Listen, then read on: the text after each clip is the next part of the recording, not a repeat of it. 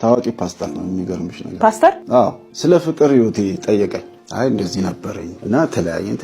አመለጣታ ምናምን ነገር አይ አሁን ሳላስከም አይ አሁን እንኳን ስለ ፍቅር ሁኔታ ማስበበት ሁኔታ አይደለም ሌላ አይነት ነገር ስሞክረ ታውቃለህ ማለት አልኩት ቆይ መልሼ ልደውልልህ ዘጋው ሌላ አይነት ሲል እኔ በቃ ግራ ገባኝ ከዚህ ተለየ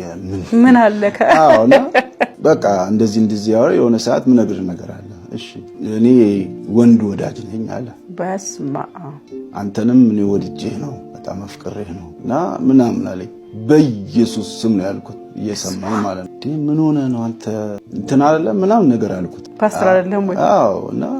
ወድጄ አይደለም ግን ይሳካል ስቴጅ ላይ እንዴ ቪዲዮዎቹን ባሳይሽ በግል ላሳይሽ ይችላል ቪዲዮዎቹን ባሳይሽ አታምኝ እባክህ በቃ ሚስጥሬን ጠብቅልኝ በጌታ ምናምን አለኝ ኧረ በጌታ አትበል ይሄንን ታሪክ ያካፈልከን ወንድማችን በኢትዮጵያ ህገ መንግስት ግብረሰዶም ወንጀል ነው ስለዚህ አንተ ስሙን አልናገርም ስትል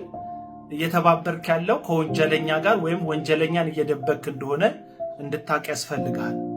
በዚህ በሶስት ምክንያት ይሄንን ወንጀለኛ ያልከውን ግለሰብ ላትነግረ እንደምትችል እኔ ገምቻለሁ የመጀመሪያው ነገር በስልክ ልውውጣችሁ ላይ መጨረሻ ላይ ሚስጥሬን ደብቅልኝ ስላለህ ነው ያልነገርከን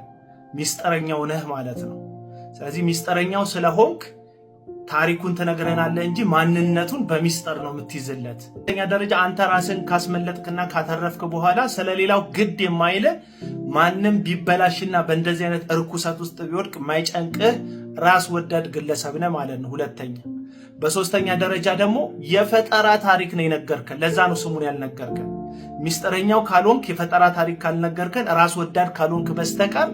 የዚህን ሰው ስም በፍጹም መደብቅበት ምንም አይነት ግራውንድ አይኖርክም ምክንያቱም የነገርከን ፊገር ፓስተር ነው ፓስተር ማለት ብዙ ሰዎች ቁጭ አርጎ የሚያስተምር ነው አውዳሚነትና አጥፊነቱ ከአንድ ተራ ግለሰብ ይበልጣል የሚሰሙት የሚከተሉ ሰዎች ስለሚኖሩ ማለት ነው ስለዚህ ስሙን መናገር ያለብህ በአደባባይ ላይ ወጥተ ይሄንን ታሪክ ይጣቅማቸዋል ብለ ካካፈልክ አይቀር ሌሎችን ለማትረፍና ለመታደግ ጭምር ምክንያቱም ኢትዮጵያ ውስጥ ግብረሰዶም ወንጀል ተብሎ አንተ የወንጀለኛን ስም በልብ አቅፈ አልናገርም ብለህ ነው ቁጭ ብለህ ያለከው ትነግረን ግዴታ ነው ታሪኩን አምጥተሃል የታሪኩን ባለቤት ህዝብ ማወቅ አለበት ማን ነው እያሳደደ ወንድ የሚፈልገው ፓስተር ሆኖ ይሄን ካልነገርከን ህዝብን አሳልፈ ለእንደዚህ አይነት አመጽና እርኩሰት እንዲተላለፍ እያደረከ ነው ለምሳሌ አሁን በዚህ ጉዳይ ላይ ኦርቶዶክሳውያን ሙስሊሞች ሌሎች ቤተ እምነቶች ናችሁ ወጣችሁ ነገሮችን ማጥራት ያለባችሁ ይሄ ሃይማኖትን የማዋረድ ሃይማኖትን የማናናቅ ጉዳይ ብቻ አይደለም የሚሆነው ይሄ የጋራ ጉዳያችን ነው ትውልድን የሚያቀነጭር የጋራ ጉዳያችን ነው ከሁሉ በፊት ደግሞ አንተ ራስህ የምትጠየቀው ከዚህ ፓስተር ጋር መቼም ተደጋጋሚ የሆነ የስልክ ግንኙነት ወዳጅነት ባይኖራችሁ ሰው በአንዴና በሁለት የስልክ ልውውጥ ብቻ ወደ እንደዚህ አይነት ነገር ገብቶ እንደዚህ ብሎ ሊጠይቅህ የሚችልበት ግራውንድ አይኖረው ምክንያቱም ህዝብ የሚመራ ፓስተር ነው አንተ የኦርቶዶክስ እምነት ተከታይ ነህ በስልክ ነው የሚያዋራ እዚህ ዘመን ላይ ስልክ ሪከርድ እንደሚደረግ ሁሉም ሰው ያውቃል በስልክ ለማውራት እንደዚህ ካንተ ጋር በጣም የጠበቀና እላፊ ወዳጅነት አላችሁ ማለት ነው ስለዚህ አንተን በዚህ በተመሳሳይ ሰውየውን ባማህበት ነገር ማንጠረጥርበት ምን ጉዳይ አለ አንተም ከጥርጣሬ እንድታመልጥ በጉዳዩ ላይ የሌለህ እንደሆንክ እርግጠኛ እንዲሆን ህዝቡ ደግሞ ያነሳከው የጠቀስከው ፓስተር እውነተኛ እዚህ ምድር ላይ ኤግዚስት የሚያደርግ ከሆነ ሰዎችን ለማስጠንቀቅ በትክክል ስሙን መናገር ግዴታ ነው አለበለዚያ አሉባልታና ሐሜት ነው ደግሞ ራስህ በተመሳሳይ ማንነት ውስጥ የምትገኝ ግለሰብ ነው ማለት ነው መልስ እንፈልጋለን በፍጥነት አፍጥን በገነት ንጋቱ የዩቲዩብ ቻናል ላይ ቀርቦ አንድ ፓስተር ተመሳሳይ ጾታ ግንኙነት ጥያቄ አቅርቦልኛል ያለው ግለሰብ ተከሰሰ ኦፊሻሊ ኃላፊነት የጎደለው ንግግርህ ምን ያህል ርቀት እንዳስኬደ ተመልከት ወንድማችን አሁን አንተ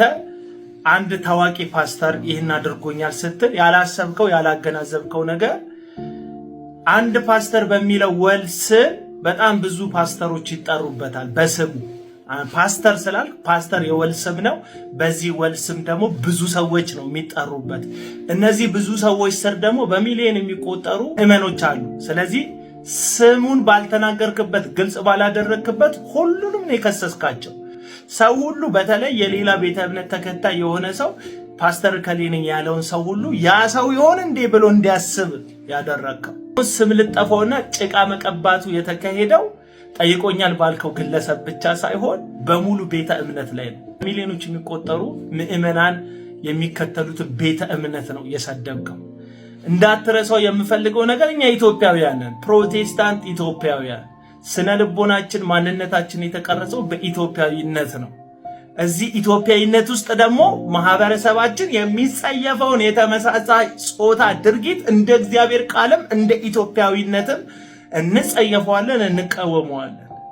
አይ በመካከላችን እንደዚህ ያለ ርኩሰት የሚያደርግ ሰው ካለ አውቀ ነው ፍርድ ቤት ገትረ ነው የኢትዮጵያ ሕገ መንግስት ውስጥ ተመሳሳይ ጾታ ድርጊትን የሚያደርጉ ሰዎችን በእንደዚህ አይነት ልምምድ የሚያለማምዱ ሰዎች ወንጀለኛ ስለሚሆኑ በዛ ልንጠይቃቸው እንፈልጋለን። ነገሩን ግልጽ ማድረግ ያለብህ ለዛ ነው። አንተ ግን ግልጽ አላደረግከውም። ስለዚህ ያዋረድከው ያንኳሰስከው አንድ ፓስተር የሚባል ግለሰብ ሳይሆን በዛ የወል ስም የሚጠሩ ብዙ ፓስተሮችን ነው። እነሱን ተከትሎ ደግሞ ያሉትን በሚሊዮን የሚቆጠሩ ምዕመናንን ነው አንድ ላይ ያዋረድከው። ብቻ አይደለም ተጠያቂ አንተን የፕሮግራሟ ማዳመቂያ ያደረገች አርቲስት ገነት ንጋቱ በዚህ ጉዳይ ላይ ተጠያቂ ማትሆንበት ምንም ምክንያት የለም። ቅርብ ጊዜ በተወዳጁ አርቲስት በነፃነት ወርቅነህ እልፈት ላይ ደረጀ ኃይሌ ኮሜዲያኑ ጋር ደውላ ቀጥታ ላይቭ ላይ የሰውን ሐዘን ወደ ንግድነት ቀይራ ብዙ ማህበረሰብን አስቆጥታ ይቅርታ ጠይቃለች። ግን ከድርጊቷ መታረም አልቻለችም። ብሔራዊ ቲያትር መድረክ ላይ አሊያም አንድ ፊልም ስክሪፕት ላይ ትወና እንድትተውን እንደተሰጣት ነገር ፓስተር እንዲህ ብሎ ጠየቀኝ ብለ ስትነግራት እሷም ፓስተር ወይኔ ምናምን ብላ ተንዘፍዝፋ በለመደችው የትወና መንገድ ፕሮግራሟን ማዳመቅ ነው እንጂ የፈለገችው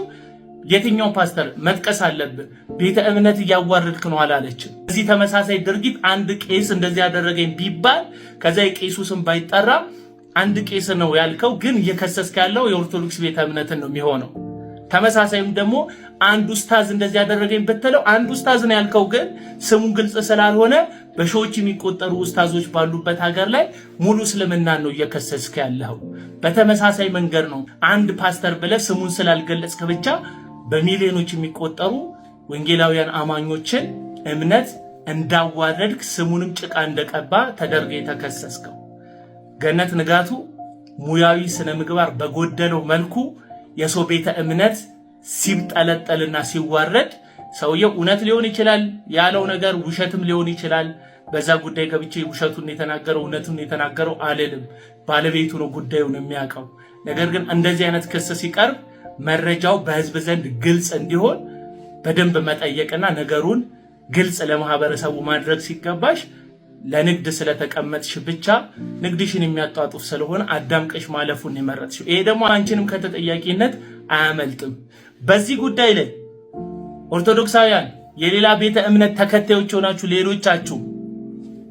ልክ አይደለም የተደረገው ያላችሁ በተለያየ መንገድ ሐሳባችሁን ስትገልጹ የነበራችሁ ሰዎች እግዚአብሔር ያክብራችሁ። እያንዳንዳችን የአንዳችን ቤተ እምነት ጠባቂ ስንሆን ነው የኛን ቤት እንዲከበርልኝ የእናንተን ቤት ማስከበር ያለብኝ፣ የእናንተ ቤት እንዲከበር የኔን ቤት ማስከበር ያለባችሁ። ምክንያቱም አንድ ሀገር ውስጥ በአንድ ሰማይ ስር የምንኖር ኢትዮጵያውያን ስለሆንን ጭምር ማለት ነው።